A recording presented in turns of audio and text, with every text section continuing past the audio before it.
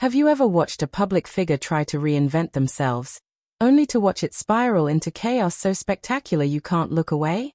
Well, Meghan Markle's latest rebrand is exactly that, an absolute spectacle, but not in the way she hoped. Imagine this: Meghan, fresh off her much-criticized Netflix docuseries, decides it's time for a new chapter. Enter her podcast, Confessions of a Female Founder.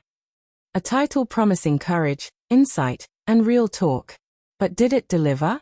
Or did it crash and burn before it even took off? Before we unpack this dramatic saga, hit that subscribe button. You won't want to miss what's coming next, because the plot twists keep piling up. So, what went so wrong? Let's set the scene.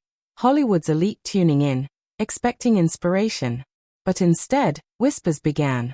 Leonardo DiCaprio, yes, that Leo, reportedly tuned out immediately, calling the whole show manipulative, exploitative feminism at its worst. Imagine being so put off by a podcast that you, a Hollywood legend, decide to distance yourself from its creator entirely. Was Meghan's attempt at empowerment just a thin veil for self-promotion? The critics think so, and they are not holding back. Listeners describe the first episode as an overacted sob story, and some say it sounded more like a rehearsed monologue than a heartfelt confession.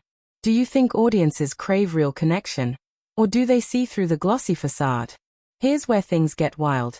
PR insiders are calling the show a disaster zone, with one expert comparing the vibe to a cult recruitment tape. That's right, cult vibes. They say the emotional tone, the endless affirmations, and the teary boardroom tales are less about inspiring others and more about controlling the narrative. Is Meghan setting herself up as a queen bee? Or is she just caught in her own web of self-pity? And where is Prince Harry in all this? The silence is deafening. Insiders reveal he's been told to stay out of it, leaving him in the background, a silent observer as Meghan's public persona takes a nosedive. Can their brand survive with Harry as a mere footnote? The numbers are brutal. Public sentiment toward Meghan's brand reportedly plunged by 62% after the podcast dropped. That's not just a dip, it's a free fall. Social media erupted with people calling the show unlistenable, cringeworthy, and more like narcissism theater than empowerment. Even Spotify, once eager to work with the couple, has pulled the plug, blaming creative differences and productivity issues. Major players in the industry are steering clear, and PR teams are quietly backing away from all things Meghan. What happens when your brand becomes synonymous with controversy instead of inspiration? Here's the twist. Meghan's brand, which was supposed to be all about empowerment and authenticity, is now being called meaningless by critics.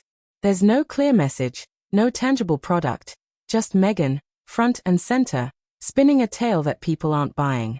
What started as an attempt to spark a movement now looks more like a personal diary gone public, with little substance and even less credibility. Did Meghan underestimate the public's ability to spot inauthenticity from a mile away? As the dust settles, one thing is clear: authenticity isn't just a buzzword, it's the foundation of trust. And when that foundation crumbles, so does everything built on top of it.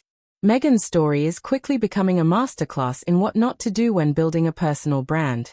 Is she a misunderstood pioneer, or simply the architect of her own undoing?